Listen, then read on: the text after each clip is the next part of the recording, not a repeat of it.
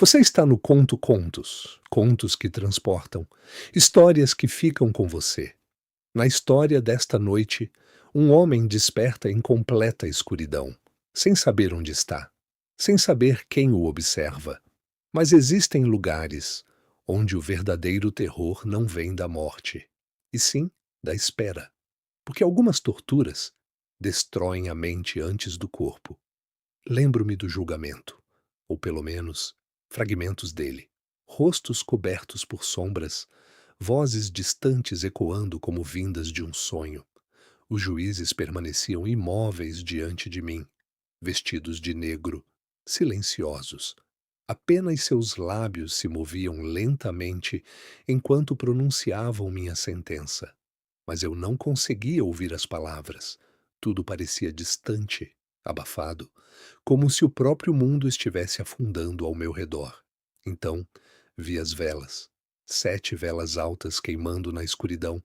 Por um instante, pareceram anjos, mas logo suas chamas se deformaram, os rostos tornaram-se monstruosos, e o medo finalmente tomou conta de mim.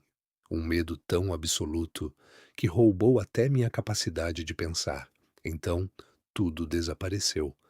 Quando despertei, estava completamente escuro. Não havia luz, não havia som, apenas silêncio.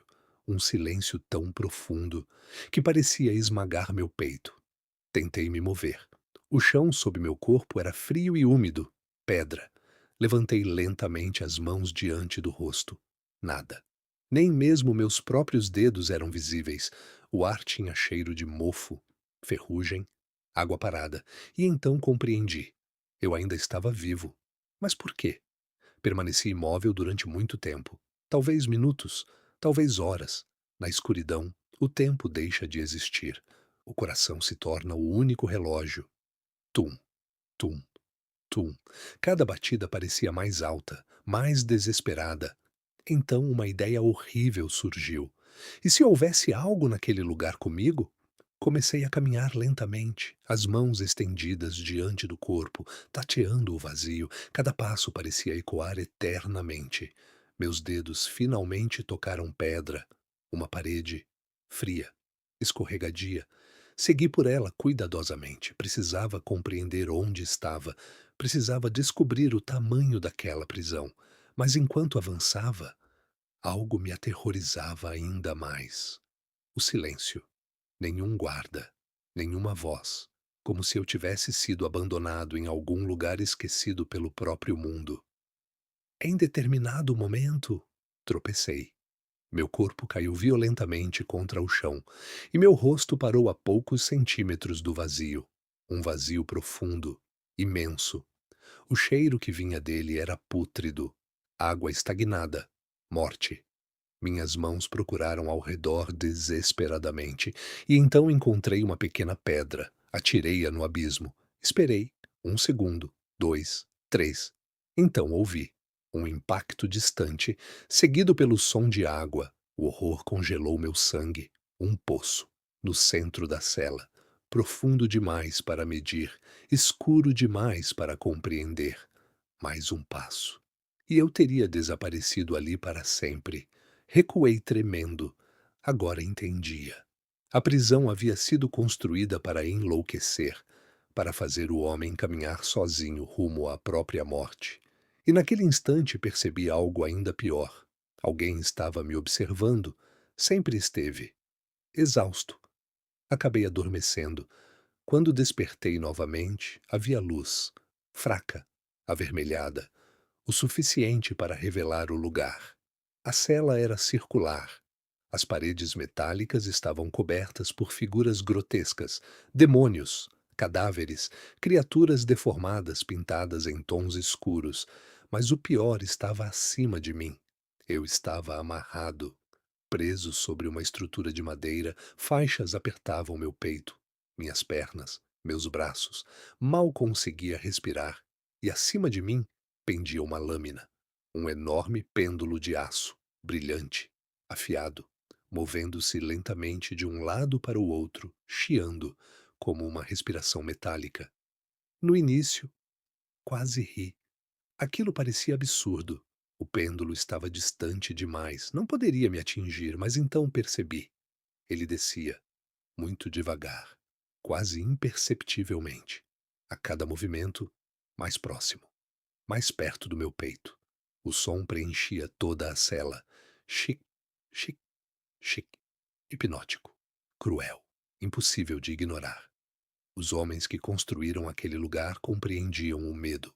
Sabiam que o verdadeiro horror não está na dor imediata, mas na antecipação, na espera inevitável pela morte, e eu observava o pêndulo descer, hora após hora, sem poder fugir, sem poder fechar os olhos. Chic, chic, mais perto. A lâmina refletia a luz avermelhada, parecia viva, como um predador brincando com sua presa. Tentei libertar os braços, inútil. As amarras eram fortes demais. O suor escorria pelo meu rosto. Minha respiração falhava. Então senti o vento da lâmina passar sobre meu corpo. Ela já estava próxima. Próxima demais. O desespero tomou conta de mim. Comecei a rir. Um riso quebrado, insano, porque finalmente compreendi. Eles não queriam apenas minha morte, queriam minha mente, queriam me destruir antes do último golpe. Foi então que notei algo. Restos de carne haviam sido deixados próximos às minhas mãos. Ratos surgiam das sombras, grandes, famintos. Dezenas deles, caminhando sobre meu corpo. Seus olhos brilhavam na penumbra. Uma ideia desesperada nasceu, com dificuldade. Esfreguei a carne nas faixas que prendiam meu peito.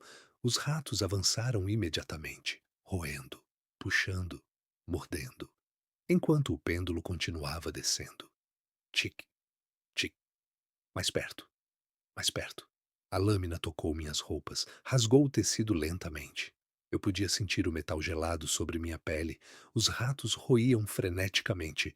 E então, uma faixa cedeu. Depois outra. E outra. Num movimento desesperado, arranquei-me da mesa segundos antes da lâmina atravessar o local onde meu coração estivera. O pêndulo passou violentamente pelo vazio. Chique, chique, chique. Caí no chão tremendo, livre, mas não salvo, jamais salvo, porque naquele lugar sempre existia algo pior esperando. As paredes começaram a se mover, lentamente. O metal brilhava vermelho, escaldante. As figuras demoníacas pareciam vivas sob o calor crescente. A cela diminuía, empurrando-me, empurrando-me em direção ao centro, em direção ao poço. O calor queimava minha pele. O ar tornava-se impossível de respirar. E pouco a pouco, compreendi o plano final. Eu escolheria ser esmagado pelo fogo ou saltar para o abismo. Recuei até a borda do poço. O vazio parecia respirar diante de mim, escuro, infinito. As paredes avançavam, o calor era insuportável. Mais um passo, e eu cairia. Então ouvi gritos, explosões, metal se chocando ao longe. A cela inteira tremeu, e naquele instante, uma mão surgiu da fumaça, segurando meu braço, puxando-me para trás. Soldados franceses invadiram a prisão. A Inquisição havia caído, e eu estava salvo. Mas algumas coisas não desaparecem com o tempo, porque ainda hoje, durante certas noites silenciosas, às vezes desperto, ouvindo aquele som novamente. Tic, tic, tic. O movimento lento da lâmina descendo na escuridão, esperando, sempre esperando, e talvez o verdadeiro horror não seja morrer, mas descobrir o quanto a mente humana consegue suportar antes de se despedaçar. Espero que tenha gostado desta história. Se quiser mais contos de mistério, terror e suspense, curta o vídeo e inscreva-se no canal. Ative o sino para não perder o próximo conto, porque algumas prisões, mesmo depois de abandonadas, continuam existindo dentro da mente.